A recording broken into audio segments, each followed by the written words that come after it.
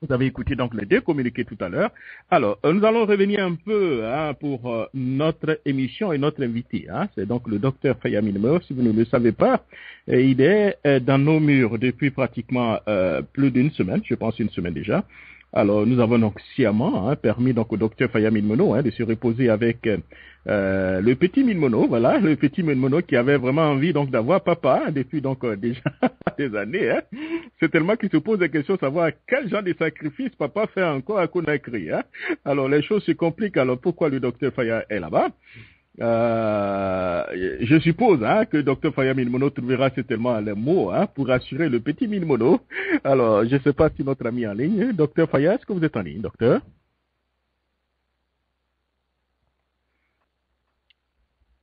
Alors, Dr Milmono, est-ce que vous nous entendez, Dr Faya?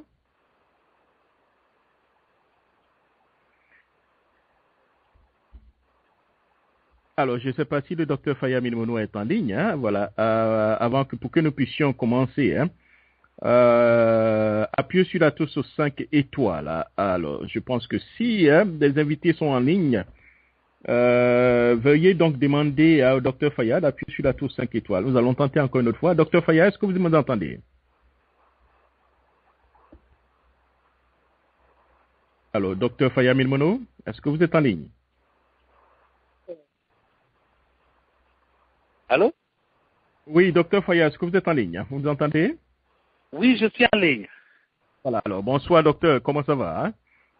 Oui, comment ça va, Jacques? Alors, et le petit Milimono, pour ne pas dire le Milimono, comment la famille Milimono se porte? Oui, la famille se porte très bien, merci beaucoup, merci beaucoup.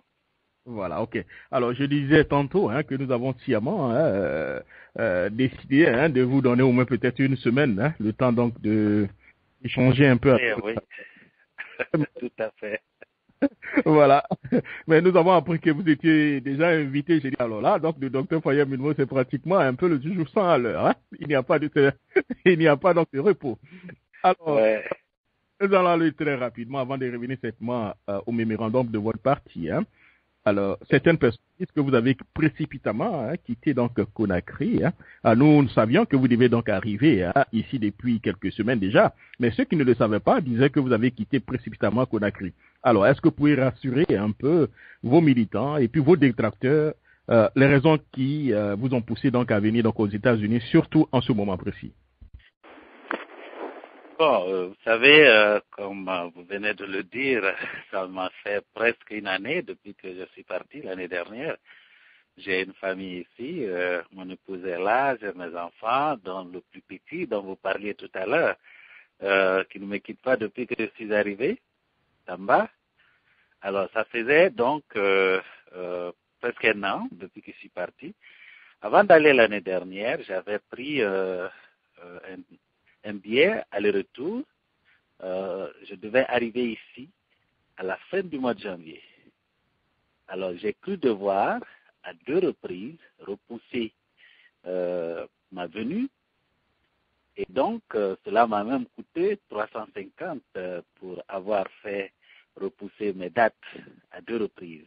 Et donc, en début mars, il fallait que je vienne, au risque de perdre mon billet, et je devais revoir ma famille, bien entendu. Donc, les gens qui pensent que j'ai quitté précipitamment, non, c'est un programme qui était en place depuis 2012, et il n'y a rien qui peut me faire partir de Conakry précipitamment, parce que nous sommes passés à travers des choses. Si on devait quitter précipitamment, c'est peut-être en ce moment-là, quand il y avait une chasse aux sorcières suite à la fameuse attaque au domicile du professeur Alpha Condé. Nous n'avons pas quitté Conakry. Ce n'est pas parce que nous marchons, ce qui est du droit, que nous allons quitter précipitamment de Conakry. Donc c'est un programme qui était en place. Et comme vous le savez, le BL s'est battu avec l'aide de nos amis des médias que nous continuons à remercier. Et depuis la légalisation du BL, c'était donc la première fois que je revenais à Washington. Et donc, je veux profiter aussi de cette occasion pour voir comment aider les amis qui sont ici à implanter le BL. Donc, voilà les raisons de mon arrivée. Et c'est seulement pour quelques semaines, je dois retourner à Conakry. Donc, s'il y a des gens qui ont prédit que je ne vais pas retourner, ils seront très bientôt étonnés. Voilà, très bientôt. Alors, merci. Alors, la deuxième question, c'est que vous avez un peu, vous étiez à Conakry, hein, deux fois sous le feu donc de l'action. On n'a pas une meilleure lecture un peu de la situation, mais vous avez pris un peu du recul. Est-ce qu'aujourd'hui, hein, vous avez une meilleure lecture de la situation ou vos appréhensions ou bien espoirs sont toujours intacts? Écoutez, la situation à Conakry, Jacques, elle est toujours la même. Hein. Sur la présidence du professeur Alpha Condé, surtout quand il s'agit du dialogue, vous pouvez les yeux fermés dire qu'aucun dialogue ne va réussir. Vous n'allez pas vous tromper parce qu'on est là dans une situation où il n'y a aucune volonté du côté du pouvoir de dialoguer avec l'opposition. Donc, à l'intérieur du pays, ce qui est d'inquiétude aujourd'hui, c'est le risque qui est patent, le risque d'affrontement. Parce que lorsque nous avons organisé la dernière marche, qui n'était pas interdite, donc qui était autorisée, ce qui impliquait la responsabilité de l'État, ils n'ont pas pu sécuriser. Plutôt, ils ont utilisé l'armée, les milices habillées en tenue militaire, en tenue de la gendarmerie et de la police, qui ont tiré sur des gens. 9 personnes ont été tuées, des magasins ont été détruits, des boutiques ont été dévalisées, etc., etc. Beaucoup de personnes ont été blessées, des gens ont été arbitrairement arrêtés. Alors, ils ont tenté beaucoup de choses. Vous avez vu sur Internet ma voiture qui était l'une des voitures détruites à cette occasion-là. Et 2 jours après, j'étais dans un studio d'une radio de la place. On a tiré à balles réelles sur le studio. Alors ça, c'est l'atmosphère qui prévaut à Conakry. Quand nous sommes allés pour enterrer les victimes au cimetière de Bambeto, il y avait un seul message que les populations avaient pour les responsables de l'opposition. Donnez-nous les armes, nous allons nous aussi nous défendre. Ça, c'est un message qui veut dire clairement que dans l'esprit des Guinéens, nous sommes déjà en situation de guerre. Et chacun doit trouver des armes pour se défendre.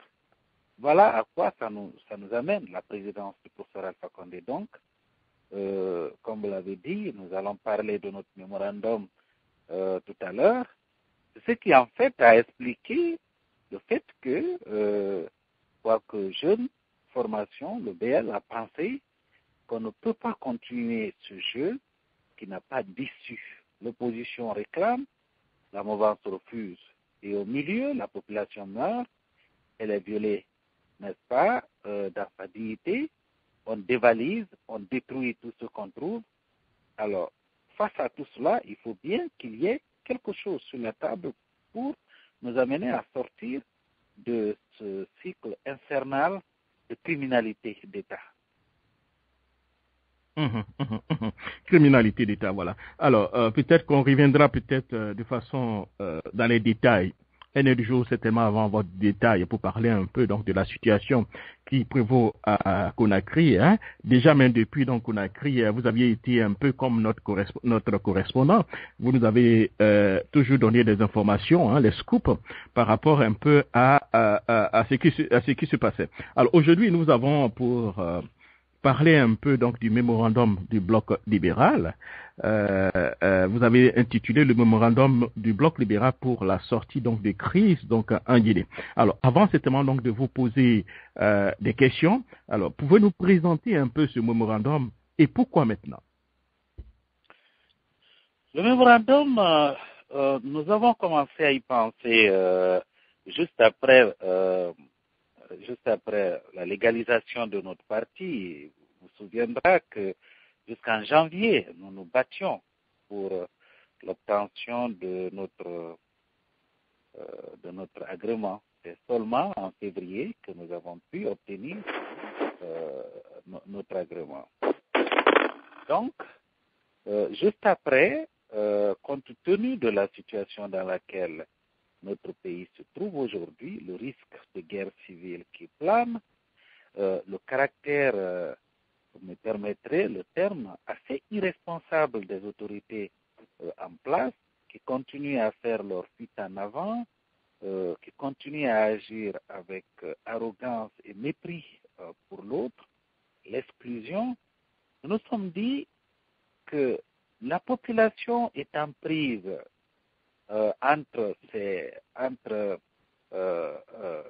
disons, dans ce jeu de crise infernale et qui continue à perdre beaucoup en vies humaines,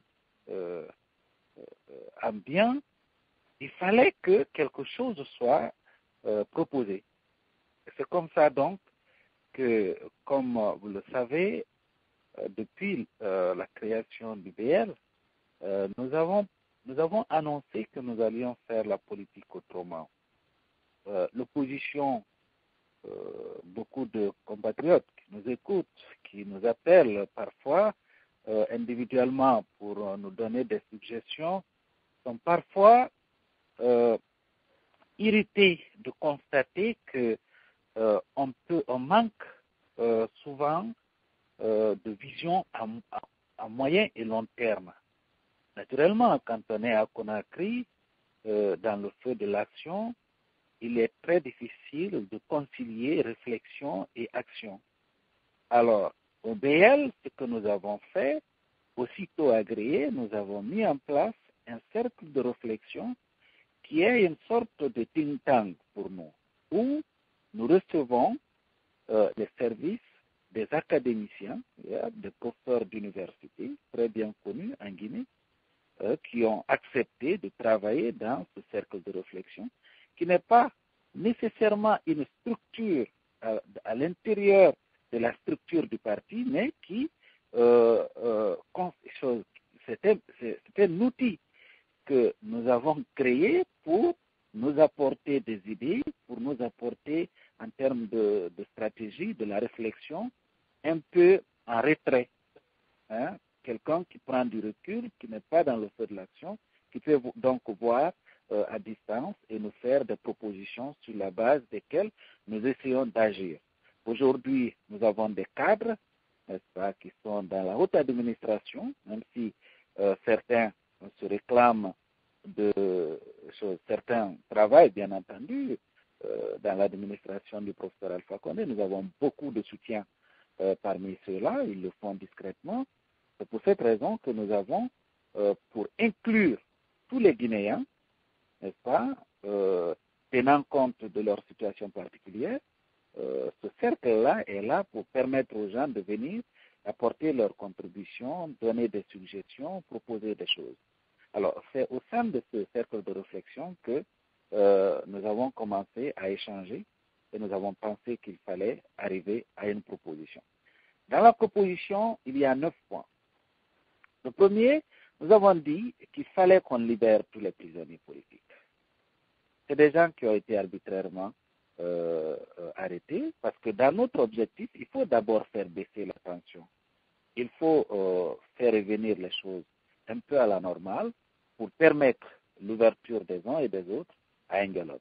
Donc, il fallait libérer les prisonniers politiques sans condition. Et il fallait également dédommager toutes les personnes qui ont perdu leurs biens. Les commerçants ont beaucoup perdu parce que ça a été une criminalité d'État. Il y a eu des gendarmes, des policiers qui ont été vus en train d'encourager les jeunes loupards à casser les boutiques. Nous avons partagé certaines de ces images-là. Même les ambassades qui sont à Conakry, pour une fois, ont été convaincus qu'en fait, nous sommes en face d'une criminalité d'État. Donc ces gens-là doivent être dédommagés. Ceux qui ont été blessés doivent être traités. Ensuite, comme autre point, nous avons pensé que beaucoup de choses dans cette période transitoire ne sont pas en train de marcher comme nous le voulons. C'est pourquoi nous avons prévu que les élections législatives qui suscitent tant d'émotions aujourd'hui soient renvoyées en 2015 pour être couplées aux élections présidentielles. Cela se fait dans beaucoup de pays de la sous-région. Au Libéria, en Sierra Leone, au Ghana, les élections présidentielles ont toujours lieu en même temps que les élections législatives. Donc, cela est faisable.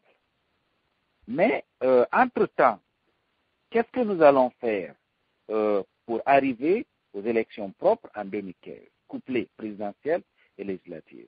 Il faut commencer par complètement revoir la CENI dans sa configuration actuelle. Nous avons tenté, on a eu l'espoir qu'après sa recomposition, ça marcherait, mais on voit bien que ça ne marche pas. Il faut aujourd'hui penser créer une administration électorale parallèle, comme c'est le cas dans certains pays de la sous-région, comme le Ghana, par exemple. Donc ça, c'est le troisième point. Revoir complètement la question de la CENI et envisager probablement une CENI technique avec des magistrats qu'on va choisir sur la base d'un profil très bien élaboré et qui pourrait s'occuper des questions électorales avec une administration complètement indépendante de l'administration publique. Nous allons également revoir le CNT qui n'a pas marché.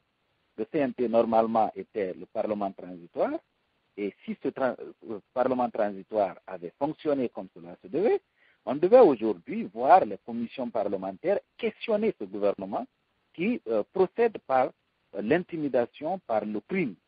Hein, les crimes comme ceux qu'on a vécu à Zogota, à Siguiri, à Conakry, à plusieurs reprises. On aurait pu voir le CNT interpeller le président de la République, son gouvernement, à répondre aux questions, n'est-ce pas, des commissaires. Cela n'a pas été fait.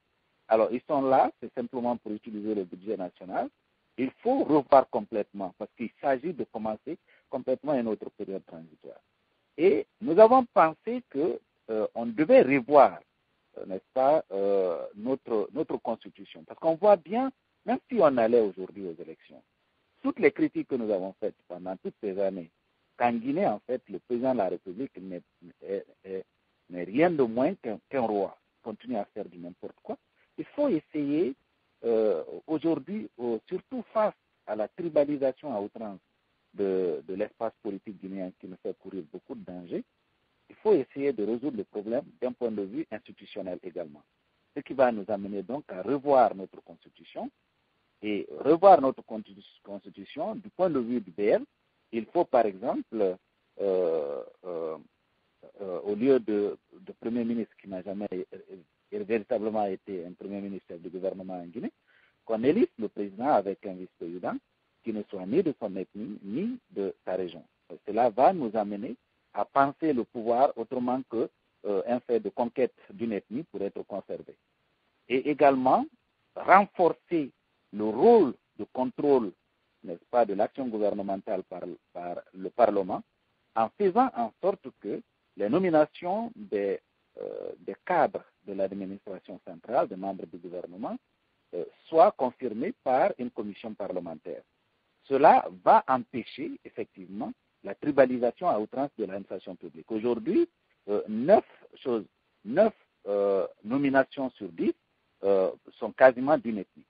Alors, si nous prenons nous donnons un rôle majeur au Parlement guinéen de voir la compétence, la probité, l'expérience des personnes qui sont proposées à être nommées, eh bien, le Parlement pourra voir également la diversité de ceux-là, qui ne soient pas d'une ethnie, parce que le président est de cette ethnie.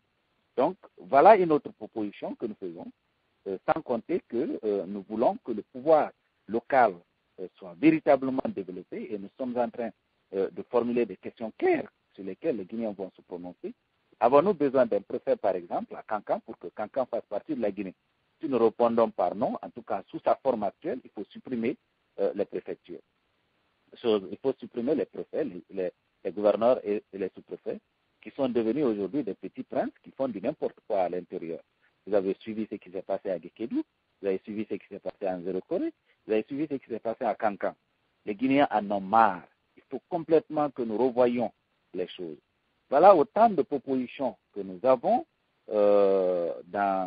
autant d'éléments que nous avons dans cette proposition. On n'a pas oublié le fait que le pays est véritablement divisé aujourd'hui. Et si si ce serait trop dire que d'attribuer les causes profondes de cette division seulement au comportement d'Alpha Condé, Alpha Condé, en tant que président, en tant qu'acteur politique dans notre pays, a été le plus grand diviseur de la Guinée. Parce que déjà dans les années 90, pour ceux qui se le rappellent, hein, quand il est venu, il était encore opposant, c'est lui qui disait que tout Malinké qui voterait pour le général Lansana Conté était un bâtard.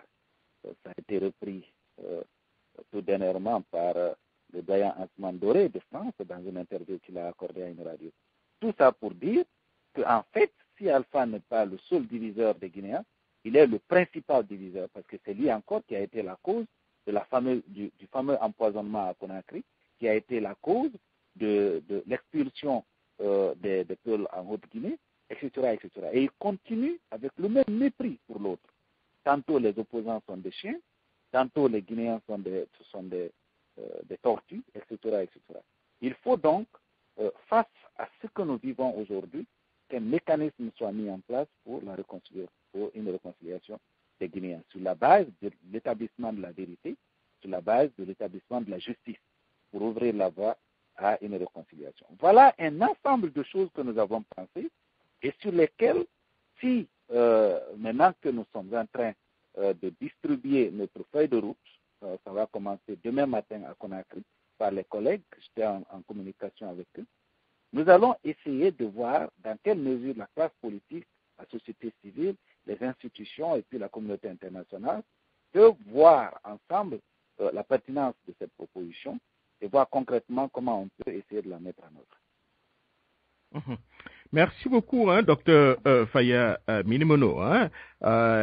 Qu'on aime certainement cette proposition ou pas, au moins, votre parti a eu quand même un peu cette intelligence de mettre au moins quelques cieux sur papier. Hein. Et ça peut être certainement, pour parler comme le président Alpha Condé, une bréviaire déjà, hein, pour envisager un peu des propositions de sortie de crise, puisqu'il y a beaucoup de partis qui parlent, mais ils ne proposent jamais rien. Même quand ils proposent, c'est peut-être en demi, mais vous avez mis ça sur papier, ça nous permet donc de lire et puis donc d'engager un peu le débat. Alors, merci beaucoup, hein, docteur Alpha Yabim. Alors, nous allons revenir un peu point par point hein, par rapport à ce que vous venez de dire tout à l'heure. À vous entendre parler, c'est un peu comme une révolution que vous voulez déjà mettre en place. Vous mettez déjà un peu, comme si vous mettiez un peu déjà en cause les accords de Ouagadougou qui ont permis donc à la Guinée hein, d'aller aux élections. Si je comprends bien, docteur Fayamino. Écoutez, il faut bien qu'on se rende compte aujourd'hui, Jacques, que 2 ans et demi après l'installation du professeur Alpha Condé, il y a eu un échec. Et les racines de cet échec, il faut les situer avant les élections dernières. Il faut reconnaître que nous sommes allés à ces élections en 2010 dans la précipitation. Un peu comme si, après les élections, eh bien, tous les problèmes guinéens auraient été résolus. On se rend compte aujourd'hui qu'aucun problème n'a été résolu. Plutôt, les élections nous ont amenés dans une autre impasse. Le président qu'on a obtenu en 2 ans et demi a fait partie du problème, pas de la solution. Alors, ce que nous proposons, c'est de dire, arrêtons-nous, n'allons pas si vite, le risque est grand, on est en train de causer trop de blessures, trop de mécontents, cela peut nous amener à une guerre civile et ça peut fatiguer ce pays pendant très longtemps. Arrêtons-nous, réfléchissons en hommes responsables, en femmes responsables et prenons des pas sûrs pour aller à ces élections couplées en 2015. Et bien entendu, je n'ai pas évoqué certaines choses, ce qui est le point d'achoppement aujourd'hui, l'opérateur, il faut le changer, c'est clair. Et si on doit le changer, il faut prendre un autre qui va faire la révision du fichier électoral. Et ce fichier, dans notre proposition, fera l'objet de tests à 2 niveaux. Le référendum qui sera fait, parce que nous venons de vous dire qu'il y a une autre visite à notre constitution qu'on devrait faire. Et puis les élections locales vont être faites avant les élections présidentielles et législatives couplées. Parce qu'un des problèmes majeurs que l'opposition peut-être, pas peut-être par choix, est en train de minimiser aujourd'hui, c'est que le président Alpha Condé, après son installation, la première chose qu'il a faite, c'est d'avoir le contrôle, n'est-ce pas, de toute la Guinée. Même ceux qui n'avaient pas le droit. Tous les élus locaux ont été remplacés par des délégations spéciales. Même là où le RPG ne compte même pas 10 militants, ces 10 militants sont aujourd'hui la délégation spéciale. Allez à l'Abbé, allez à Mali, allez un peu partout, là où Alpha Condé n'a jamais même mis le pied, où il n'a aucun militant. Alors, ceux-là, à un niveau ou à un autre, dans la configuration actuelle, doivent intervenir dans le processus électoral. Croyez-vous qu'ils feront quoi? Et il a dit clairement, malgré ce que la Constitution dit, que l'administration doit être neutre. Qu'est-ce qu'il a dit? L'administration n'est pas neutre, elle doit soutenir l'action du gouvernement ou du président qui a été élu, qui a un mandat, etc., etc. Alors donc, si nous allons dans ce contexte-là, à ces élections-là, dans les esprits que nous avons aujourd'hui, je suis certain que ce pays pourrait aller à un dérapage. Il faut donc faire le constat d'échec du professeur Alpha Condé et voir dans quelle mesure on peut sauver la Guinée en le mettant de côté. Voilà ce que nous proposons. Alors, docteur Fayamine Molo, comme je vous ai dit, c'est un peu une véritable révolution. Tout à l'heure, vous avez parlé un peu donc d'élections couplées. Alors, la Guinée n'arrive pas du tout à organiser donc des élections de façon simple. Vous parlez d'élections couplées avec une population un peu analphabète. Est-ce que les choses ne seront pas beaucoup plus compliquées? Bon, oui, il y a des gens qui pourraient considérer que ça va être un peu plus compliqué, mais l'analphabétisme des populations africaines, je ne vois pas si les Léonais sont plus alphabétisés que les Guinéens. Les Léonais s'en sortent en faisant des élections couplées, n'est-ce pas? Les Libériens, je crois, ne sont pas plus alphabétisés que les Guinéens. Ils s'en sortent également. S'il y a une volonté réelle et une sensibilisation, le fait de n'avoir pas été à l'école pour nos populations ne veut pas dire qu'elles sont bêtes. D'ailleurs, elles sont pour la plupart en avance sur nous. Parce que quand vous écoutez ces vieux qui n'ont pas été à l'école, ces vieilles qui n'ont pas été à l'école, leur raisonnement, et vous écoutez notre propre président, vous avez honte. Parce que leur raisonnement semble parfois être plus cohérent que celui de notre président. Donc, il ne faut pas minimiser cette population. Il ne faut pas considérer que cette population pourrait avoir peur d'être face à des défis. Elle a relevé des défis dans le passé et elle peut continuer à relever des défis. Et cette fois-ci, ce qu'il faut sauver, c'est cette population qu'on est en train aujourd'hui de prendre en otage, qu'on est en train de tuer, n'est-ce pas, à travers l'action des milices qui sont aujourd'hui en Guinée. On a dénoncé à plusieurs reprises cette réalité. C'est de plus en plus que la communauté internationale même se rend compte qu'effectivement, il y a des milices qui sont habillées en tenue militaire, en tenue de la gendarmerie ou de la police, pour tirer à balles réelles sur les populations. Donc, si nous proposons cela, c'est véritablement parce que cela est aujourd'hui nécessaire. Et je vous assure que les Guinéens pourront aller à travers, comme les Ghanéens l'ont fait, comme les Libériens l'ont fait, comme les Léonais l'ont fait.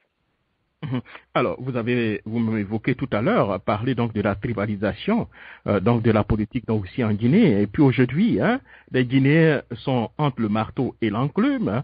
Ils n'arrivent plus tellement à réfléchir, puis ils sont obligés donc d'obéir exactement, ou bien d'exécuter un peu les décisions qui viennent donc des partis politiques. Alors, quelle sera certainement votre marge de manœuvre pour essayer seulement de creuser l'abcès, afin donc de faire comprendre aux Guinéens un peu la nécessité nécessaire que de lire un peu votre mémorandum et puis de les appliquer un peu sur le terrain. Il nous faut une pédagogie. Vous savez, lorsque nous avons entamé la démarche pour la légalisation du BL, beaucoup ne croyaient pas que nous allions arriver. Nous avons utilisé une pédagogie. Nous avons été vers les gens, des groupes, des différentes structures. La société civile, il n'y a pas une seule coordination de la société civile qu'on n'a pas rencontrée pour 1 heure, 2 heures. Parce qu'il faut que nous vendions notre proposition, que nous montrions aux Guinéens que derrière ces mots que nous avons alignés, il y a un véritable sens et il faut en prendre compte. Donc, aujourd'hui, ce matin, j'étais en contact avec les responsables du BL à Conakry qui ont effectivement imprimé aujourd'hui la feuille de route, que je me ferai d'ailleurs le devoir dès demain matin de vous balancer, parce que dans la feuille de route, nous donnons un peu le détail de ce qui va être fait par rapport aux 9 points que nous avons évoqués dans le mémorandum. Nous allons partir vers la communauté internationale à travers les ambassades et les représentants des organisations, nous allons aller vers la société civile, nous allons aller vers les partis politiques, de la mouvance comme de l'opposition, parce qu'il s'agit de parler de la Guinée. Hein? Donc, nous allons rencontrer même, comme on appelle certains membres du gouvernement, pour leur expliquer la logique de ce que nous sommes en train de dire. Pour que, quelque part, hein, on se donne la chance de nous retrouver autour d'une table pour discuter de la pertinence de cette proposition.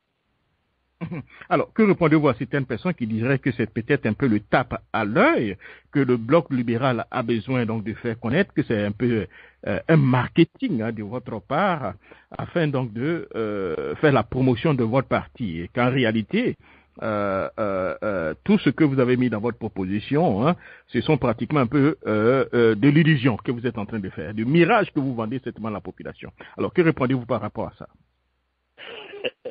Vous savez, le procès d'intention, on en a connu et on continuera à connaître. Mais, vous savez, quand nous faisons une proposition, quand nous avons été à la Maison de la Presse à Conakry pour donner les grandes lignes de notre mémorandum à travers la presse, il y a des journalistes qui nous ont posé la question, écoute, est-ce que vous ne pensez pas que tel parti, ça va déplaire ou tel autre parti, ça va plaire? On dit non. Nous n'avons pas fait la proposition ni pour déplaire, ni pour plaire à quelqu'un. Nous faisons cette proposition pour sauver la Guinée. Et nous pensons que l'on soit aujourd'hui de la mouvance ou de l'opposition, on appartient à ce pays et nous avons le souci que ce pays ne brûle pas.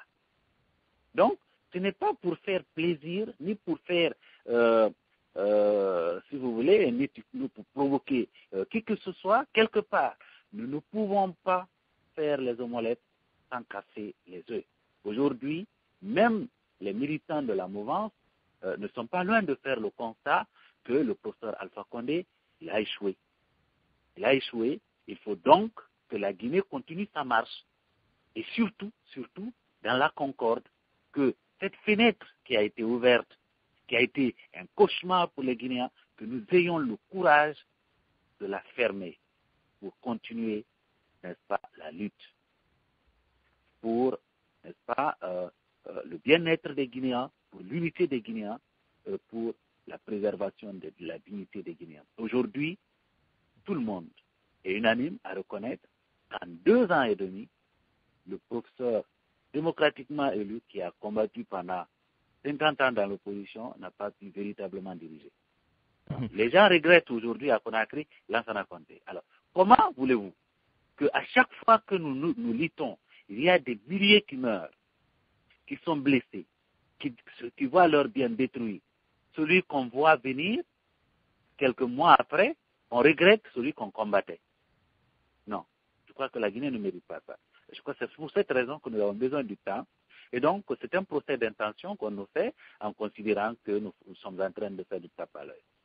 Pourtant, il y a d'autres qui voient, parce que on en parle aussi avec des gens qui ne sont pas nécessairement guinéens et qui pensent que c'est plutôt quelque chose qu'il faut regarder avec assez d'attention. Oui, mais effectivement, hein, vous avez dit tout à l'heure, des gens qui ne sont pas forcément guinéens. Moi, par exemple, quand je lis exactement votre mémorandum, je pense que ça a beaucoup de substance, alors que nous sommes un peu dans l'arène politique un peu en Guinée, et vous savez comment les choses se passent. Hein, et certaines personnes disent entre le locos et la praxis, il y a toujours un clivage. Vous vous demandez exactement un peu ces véritables réformes, comme je l'ai dit, une révolution. Vous demandez exactement systématiquement d'arrêter donc des activités donc de la CENI, de réformer un peu la CENI, au moins le CNT. En fait, c'est un peu une véritable révolution. Et cela réellement ne peut se passer le plus souvent qu'après un coup d'État ou bien dans une transition, hein, Dr Fayamin Mono. Écoutez, où nous le faisons sereinement, de manière civilisée comme nous sommes en train de le proposer, et nous allons prendre tout le temps pour expliquer à chacun, si ça doit nous prendre 2 heures pour expliquer à certaines entités ou 3 heures pour expliquer à certaines entités, nous sommes en train d'utiliser les moyens, le peu de moyens que nous avons pour passer sur les radios, les télévisions à Conakry pour expliquer. Nous sommes en train de faire des CD pour envoyer à l'intérieur du pays. Nous voulons que les gens comprennent qu'il y a une proposition qui mérite d'être prise en compte, sinon ce pays pourrait faire face à des problèmes sérieux. Parce que je vous assure, Jacques, si nous arrivons à la même situation que nous avons vécue dernièrement, vous avez dû constater à un moment donné que personne ne contrôlait plus la situation, ni du côté de l'opposition, ni du côté de la mouvance. Personne ne contrôlait maintenant la situation. Alors, si nous continuons à jouer de cette manière avec l'avenir de ce pays, eh bien, nous verrons ce pays un jour en feu, et complètement en feu. Et ce que les gens doivent comprendre aujourd'hui, quand Jean-Marc a évoqué la question, aujourd'hui, on essaie de l'embêter. Il a dit, il a demandé, est-ce que la tombe du président Alpha, le père du président Alpha, se trouverait en Guinée? Si personnellement, je n'irais pas jusqu'à questionner son origine guinéenne ou pas, je dois quand même reconnaître que Alpha, aujourd'hui, en cas de problème dans ce pays, il n'a pas d'attache. S'il quitte, il a quitté. Que ça brûle après, je crois que ça ne lui dira pas grand-chose. Les Guinéens n'ont su qu'Alpha a un enfant que lorsqu'il est devenu président. Cet enfant peut-être n'a fait une semaine en Guinée que lorsque Alpha Condé est devenu président. Mais il n'était jamais venu d'ailleurs en Guinée. Donc c'est la seule personne que Alpha a en Guinée. Et celui-là se retrouve dans l'avion avec lui quand la Guinée commence à brûler, mais c'est terminé. Ils ont quitté, ils ont quitté. Alors, je ne crois pas que nous devrions rester les bras croisés et ne rien faire jusqu'à ce que nous rentrions dans une situation infernale comme ce que nous avons connu en Sierra Leone, au Libéria, en Côte d'Ivoire à un moment donné. Oui, mais par rapport à tout ça, docteur Fayamil Mono, vous êtes donc dans l'opposition, de l'opposition. Je crois que le gros du boulot viendra certainement un peu de vos partenaires, j'allais dire vos amis, de l'opposition. Est-ce que vous avez pu discuter avec quelques-uns pour voir exactement ce qu'ils pensent un peu de ce mémorandum? Nous avons discuté avec certains. Nous avons commencé à discuter. Vous savez, quand vous avez une tâche très très difficile à accomplir, il faut avoir une méthode. C'est comme quand vous faites un test. Vous avez 80 questions à répondre en 1 heure. Si vous commencez par les plus difficiles, c'est sûr que vous n'allez pas répondre à plus de 20 questions avant que l'heure ne finisse. Et finalement, vous allez échouer. Alors, nous avons commencé par ce que nous considérons être plus proches de nous. On a eu à causer avec eux et nous leur avons dit, devant cette affaire, nous avons besoin de faire quelque chose. Alors, nous avons recueilli le sentiment des uns et des autres. Il y a, croyez-le, au sein de cette opposition, des partis politiques, peut-être pas les plus en vue, qui pensent que cette proposition a du sens et qu'on devait la considérer. Alors, il faut maintenant mettre tout cela de notre côté pour qu'ensemble nous vendions la proposition. C'est la démarche que nous sommes en train de faire. Croyez-nous, nous n'allons pas baisser les bras aussi facilement. Certains nous avaient suggéré, écoutez, il faut déménager dans un autre parti parce que Alpha Condé ou Alassane Condé n'allait jamais signer l'agrément du BL. On a dit c'est un droit et ce droit doit être respecté. Et au bout, nous avons obtenu cela, contre toute attente. Eh bien, cette fois aussi, nous allons nous donner les moyens de notre politique. Nous allons utiliser le temps nécessaire, la pédagogie nécessaire pour expliquer la logique derrière cela. C'est dur, c'est vrai ce que nous proposons, mais on ne peut pas faire les omelettes sans casser les œufs.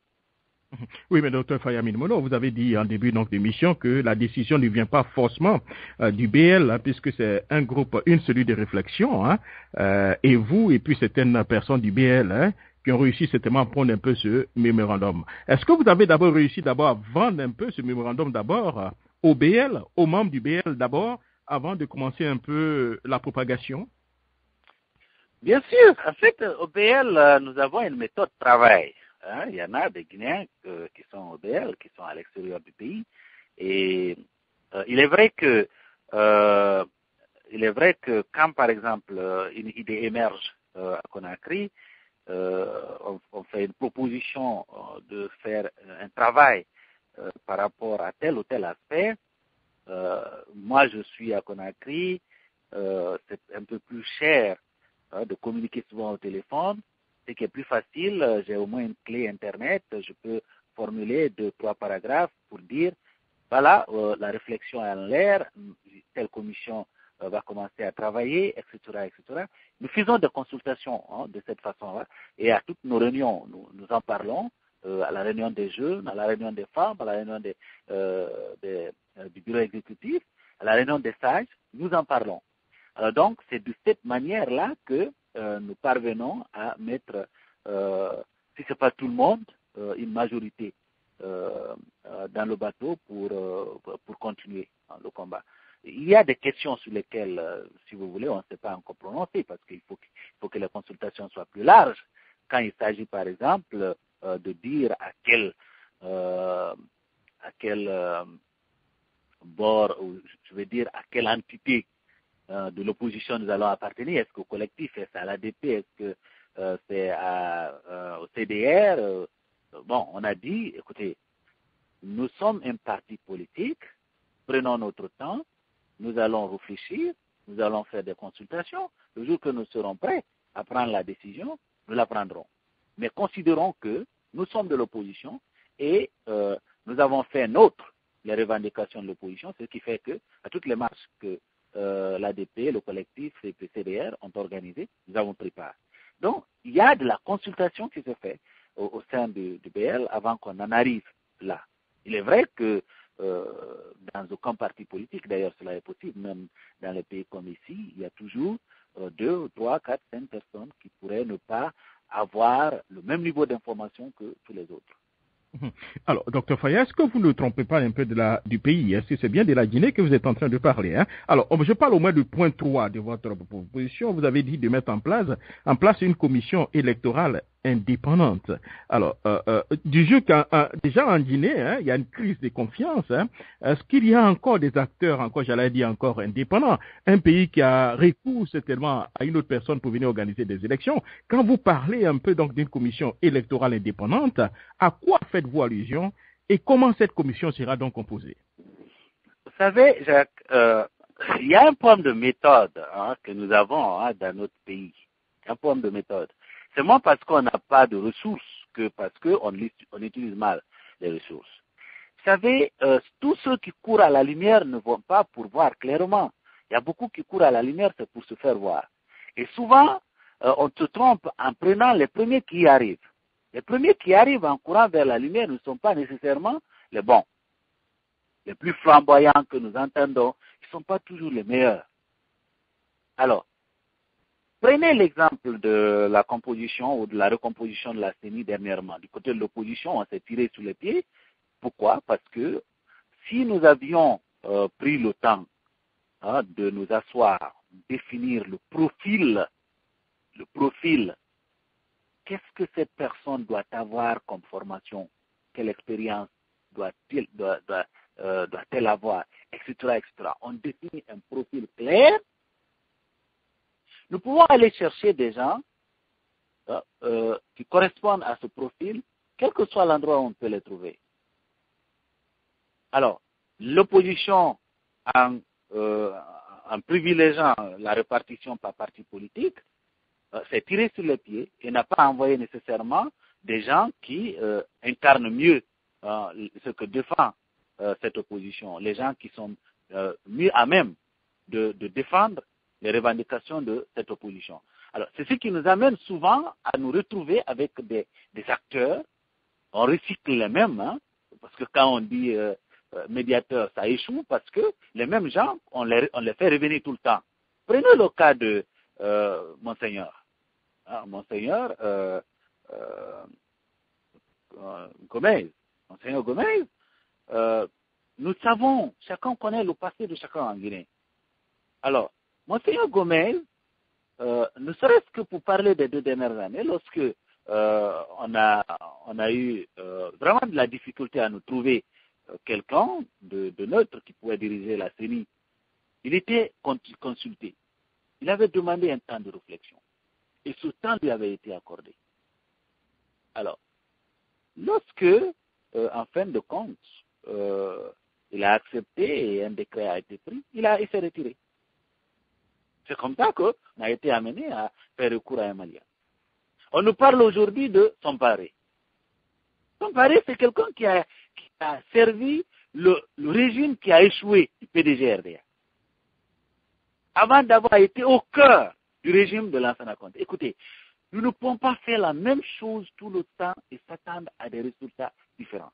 Même si c'est des jeunes gens, dans la trentaine, dans la quarantaine, dans la vingtaine, il y en a d'intègres.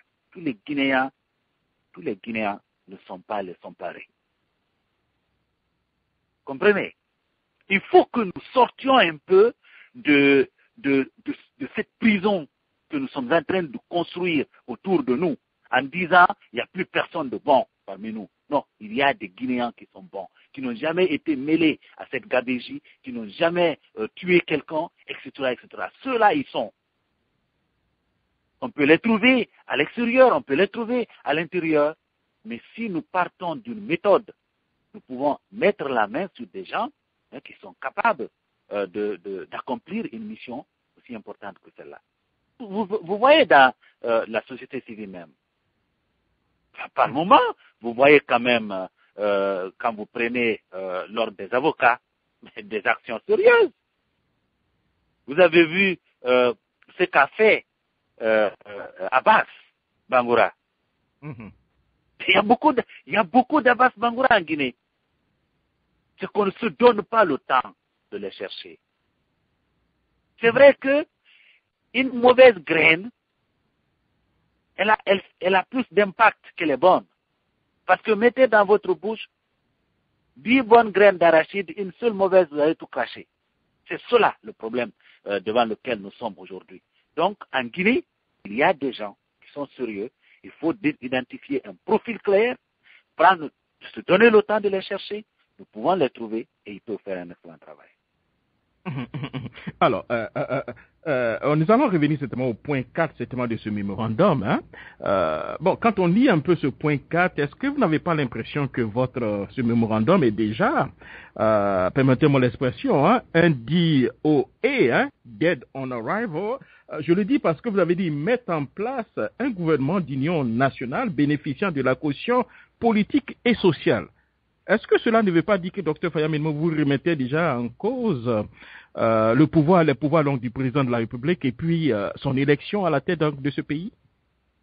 Écoutez, je vais vous dire concrètement la démarche qui a amené à cette proposition. Parmi ceux qui ont participé à la réflexion, et parmi ceux-là, je viens de dire, ne sont pas seulement des gens qui sont nécessairement du BL, mais qui sont guinéens, qui sont dans la société civile, qui sont dans le monde académique, qui sont de tous les horizons. Le premier constat qu'on a fait, l'échec est si cuisant que, pour beaucoup, ils avaient commencé par dire il faut mettre la croix sur Alpha.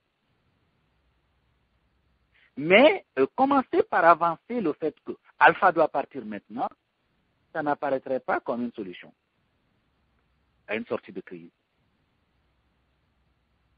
Sinon, il ne faut pas avoir peur des mots aujourd'hui,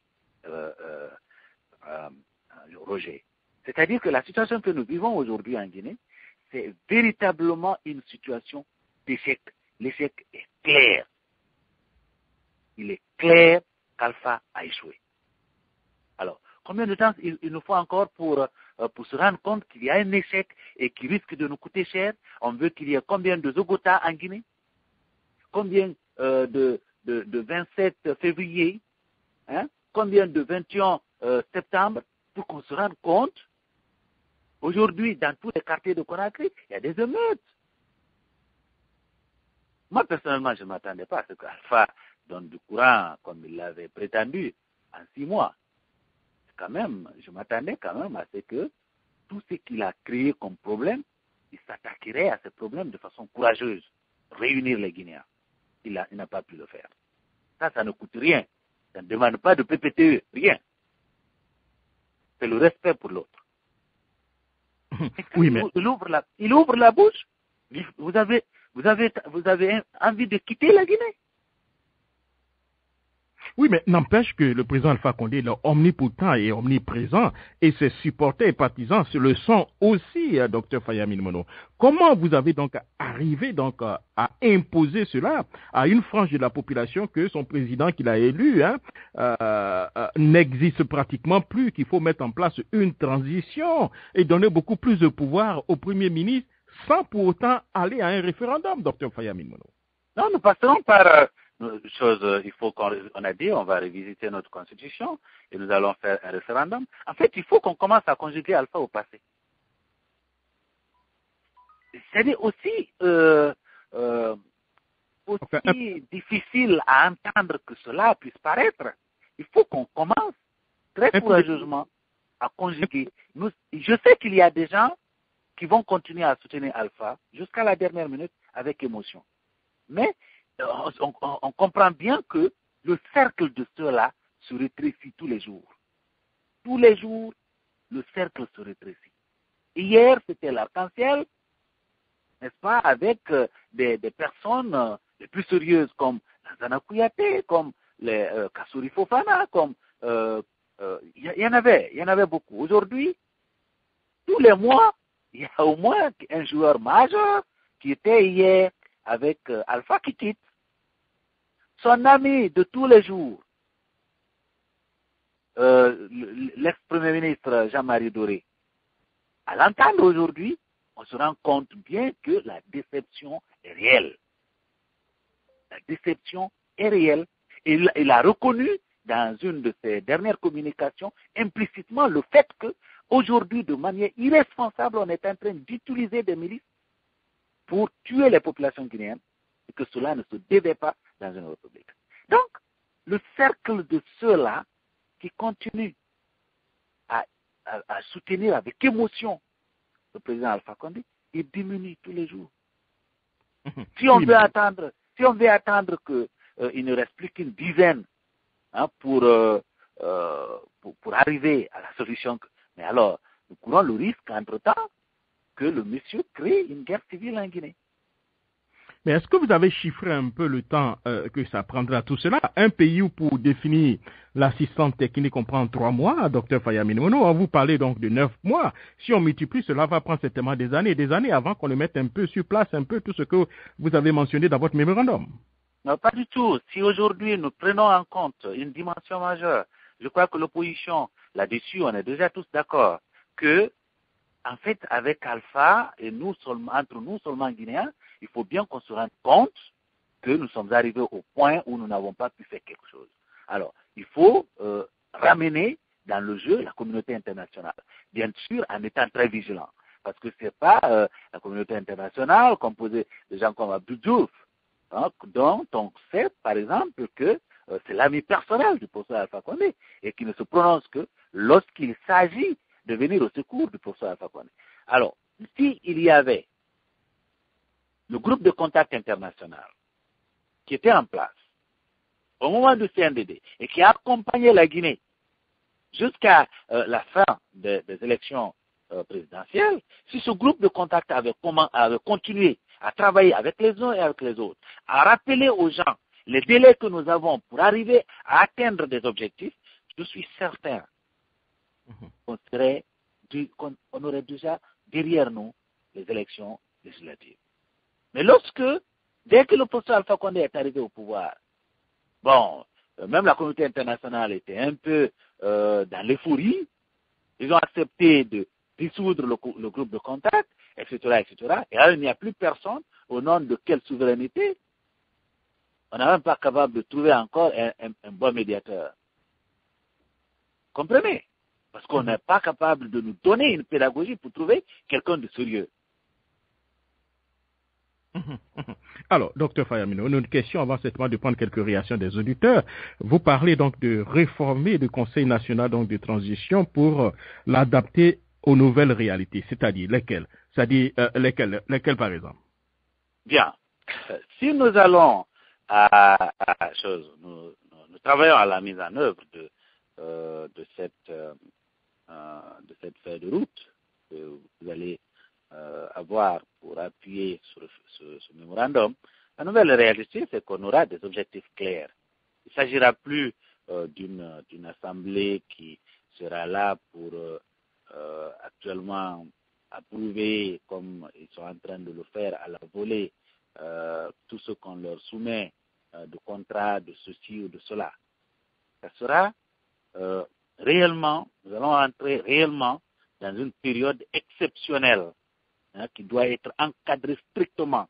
On aura besoin peut-être d'une vingtaine ou une trentaine de constitutionnalistes qui vont regarder de près notre constitution qui va être soumise à un référendum et une équipe à côté qui va contribuer à la réflexion sur comment est-ce que nous allons aujourd'hui, durant cette période que nous allons nous donner de maintenant à 2015, comment arriver à recréer une situation où les Guinéens reprennent de se regarder en frères et en sœurs. Aujourd'hui, c'est comme si on commençait à nous regarder en chaîne de faïence, comme si on était des ennemis, etc., etc. Et donc, ce que fait aujourd'hui le CNP, on aurait attendu plus de ce CNP, qui ne le fait pas. Qui ne le fait pas, il faut complètement réorienter le CNP vers les missions concrètes que nous avons à atteindre, c'est-à-dire revoir cette constitution, cette fois-ci d'une manière un peu plus rigoureuse, pas beaucoup de folklore, une équipe qui n'a pas besoin d'être 50, 60, 70. Il s'agit de produire un texte que nous allons prendre le temps d'expliquer aux populations pour le faire adopter par référendum, avant d'engager des élections législatives et présidentielles. Merci beaucoup, Dr Fayamine Mono. Voilà, nous allons revenir certainement à vous tout à l'heure. Je crois que nous avons perdu le Dr Mouketou. Alors, Dr Mouketou, si vous nous suivez déjà sur Internet, vous pouvez vous reconnecter pour poser certainement vos questions au Dr Fayamine Mono. Voilà, j'aurais préféré certainement qu'il discute aussi un peu avec vous par rapport un peu à ce mémorandum pour nous permettre un peu de mieux comprendre, afin donc d'éviter des questions qui n'ont pratiquement rien à voir avec ce mémorandum d'ailleurs. Alors, nous allons revenir certainement dans une petite seconde. À vous, docteur Fayamine Mono, le temps donc de faire passer donc un peu une petite publicité venant certainement de vos amis, où il y a certainement des petits bangons là-bas. Ok? Merci, docteur.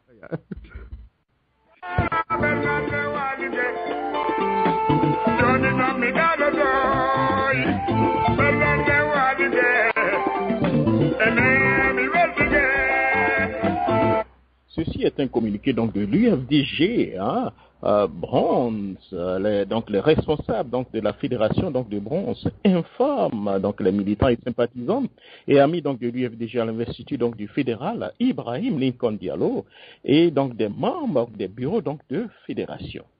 La cérémonie donc d'investiture aura lieu donc le dimanche 31 mars